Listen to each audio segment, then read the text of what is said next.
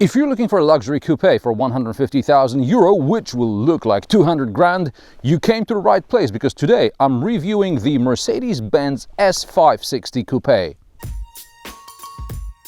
I like Mercedes coupes because there is much more finesse in the way they look than the heavy sedans.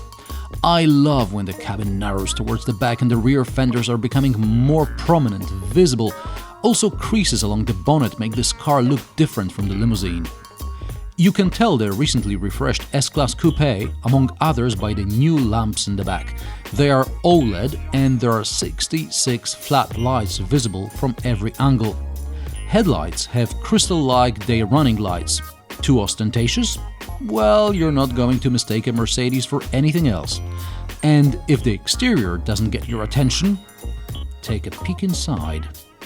Okay, this interior is definitely not understated elegance. If there were cars during the Baroque era, this interior would look more or less like this. You step inside and you instantly know where your money went. But opulence doesn't mean form precedes function. Everything is within reach, everything is well presented. Under the armrest, which you can open to either side, there are USB ports as well as a wireless charger. But even if your phone doesn't support wireless charging, you can use Apple CarPlay or Android Auto. Just plug the phone in, it will fit regardless of the size. I love these little touchpads which allow me to scroll through menus, and it's very intuitive. Although I wouldn't mind a touchscreen here, it would come handy especially when using Android Auto or Apple CarPlay. Back in the day, I used to host a radio show about new tech. In 2004, I recall telling my listeners about attempts to use haptic feedback in car infotainment systems, where the dial would give different feedback depending on what it was currently used for. 15 years later, Mercedes has a dial like this. If I reach the end of options on the screen, it will stop turning, or I won't be able to move it left or right if there are no options in the menu in this direction. It's a little thing that just feels natural to use. But the coolest bit is integration of Google navigation with other elements of the car. I'll tell you about it when we get on the road.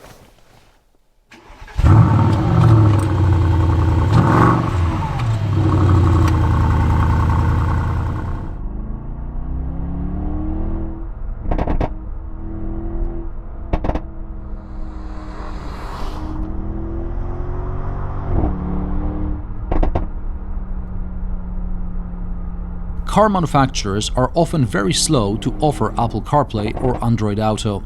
Usually, the more expensive and advanced the infotainment system is, the less chance you're going to get it. I'm talking about you, BMW.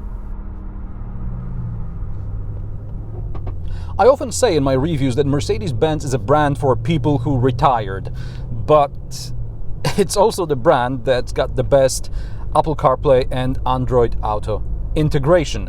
Take Audi or Volvo, for example. They will show you your Android Auto readouts on the center display, but that's it.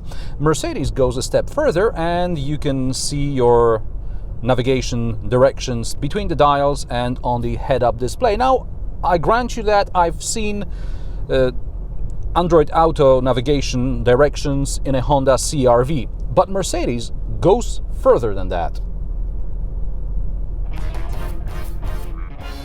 Advanced navigation systems in premium cars often work with cruise control. With destination set, the car knows where it is going and it can slow down before a turn or change gears depending on the terrain. The car will not stop before a junction, but the fact it starts slowing down is a signal for the driver to prepare for a maneuver. The tech is not new, but it usually strictly relies on in-car navigation. Meanwhile, Mercedes also takes into account Google navigation. Audi doesn't offer this, nor does BMW, which still doesn't have Android Auto. This alone is enough of a reason for me today to choose a Mercedes over the other two brands. And it only gets better, because in my opinion, Mercedes-Benz has got the best semi-autonomous driving system out there. Why is it so good? Well, let me just set the cruise control and whatever Distronic I think it's called on, and yeah, here we go. It'll drive by itself. It's not too obtrusive with its warnings. Of course, I have to keep my hands on the wheel, at least put them on the wheel once in a while, but generally speaking, it will drive itself. It's even got an assistant to change lanes, because why not? Look, it's going through this bend all on its own. If this isn't Vorsprung durch Technik, or whatever you call it in German, then what is? You tell me, Audi. Okay, but if you're not a geek, you'd probably like to know how it is to drive. Very comfortable indeed, even without the optional camera reading the road ahead, but with the optional AMG package, the S Class Coupe is very comfortable. Driving this car is relaxing, especially when you turn on the massage function in these very comfortable seats. The S Class just glides. There is a 469 horsepower, 700 newton meters of torque V8 under the bonnet. It's a 4-liter, but when you're cruising like this, 4 of the cylinders are shut off when you don't need all the power. And what about if you do need all the power? Well, then it takes a while before the car wakes up. But it's alright, because it's not really made for fast cornering or for doing anything fast. Okay, it's got 4.5 seconds from 0 to 100 kilometers per hour, which is not slow, but it's not made for that. You see, if I compared this car to a BMW 8 Series, the 8 Series is faster and feels faster and masks its weight better. The Mercedes weighs over 2 tons, and the first sharp corner you're going to take at considerable speed, you are going to feel it. And if you're slightly, even moderately intelligent, this will tell you that you have to take your foot off the gas and you should not do this anymore. This car is for relaxed driving and for something else.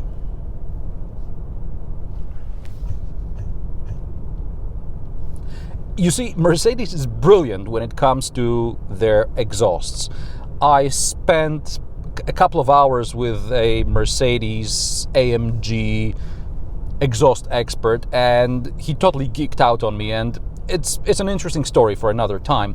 Anyway, Mercedes knows its exhausts, and this car in sports mode, which I shall demonstrate right now, sounds absolutely brilliant. And this is what the sports mode is for, nothing else. You're not gonna speed,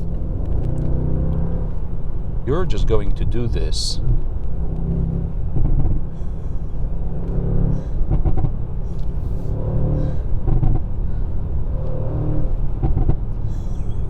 All day long. You don't even need to go fast. I mean, why would you? This is brilliant fun as long as your neighbor doesn't have a car like this, because this could get annoying for everyone else.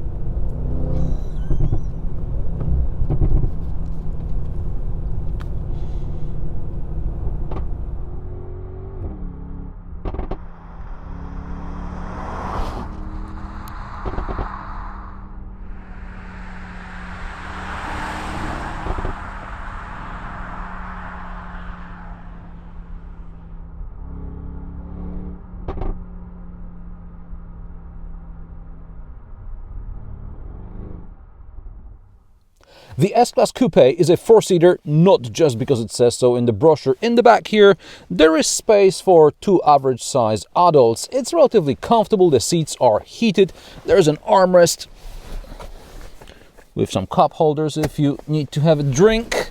On the way, there are some cubbies down here, and inside there are 2 12-volt sockets. Hi Mercedes, last decade is calling. Okay. And there is some storage here, but you're not going to get to the boot through here. It's rather a place to install, I don't know, a mini fridge or something.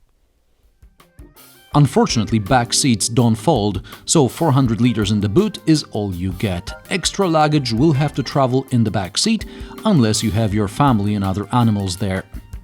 Who's the S Class Coupe competition? I'd say Lexus LC, which has just as extravagant interior, a tiny boot and the worst infotainment system in the history of automotive industry. Or BMW 8 Series, which is smaller than the Merc, but sportier to drive and offers more luggage space, partly at the expense of passengers in the back. But who needs a third wheel, right? But as a package, Mercedes-Benz S Class Coupe is the most coherent of the very few luxury four-seater two-door cars out there. And having 150 grand or more to spend on a coupe, I'd definitely visit a Mercedes dealer. And what do you think about the S Class Coupe? Perhaps I forgot to mention a competitor? Let me know in the comment section below. Subscribe if you haven't. Join me for more reviews every Friday. Thanks for watching, and I will see you in the next one.